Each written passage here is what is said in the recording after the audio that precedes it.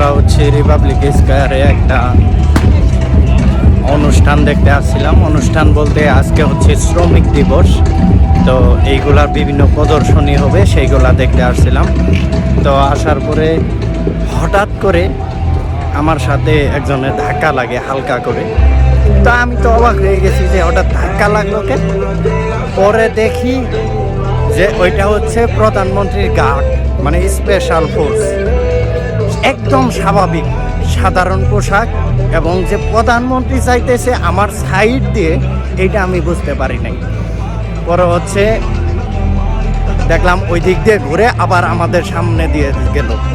এই হচ্ছে অবস্থা। আর আমাদের বাংলাদেশে যখন কোনো প্রধানমন্ত্রী যায় তখন দেখা গেছে যে রাস্তা পুরোটাই ব্লক করে, আর যদি ব্লক নাও করে তাও হাজার হাজার নেতাকর্মী ফোর্স এইগুলা নিয়ে যা, জীবনের এতই রিস্ক মনে করে।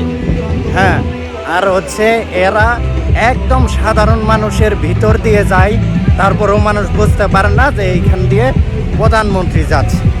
এই হচ্ছে বাংলাদেশ আর অন্যান্য দেশের অবস্থা।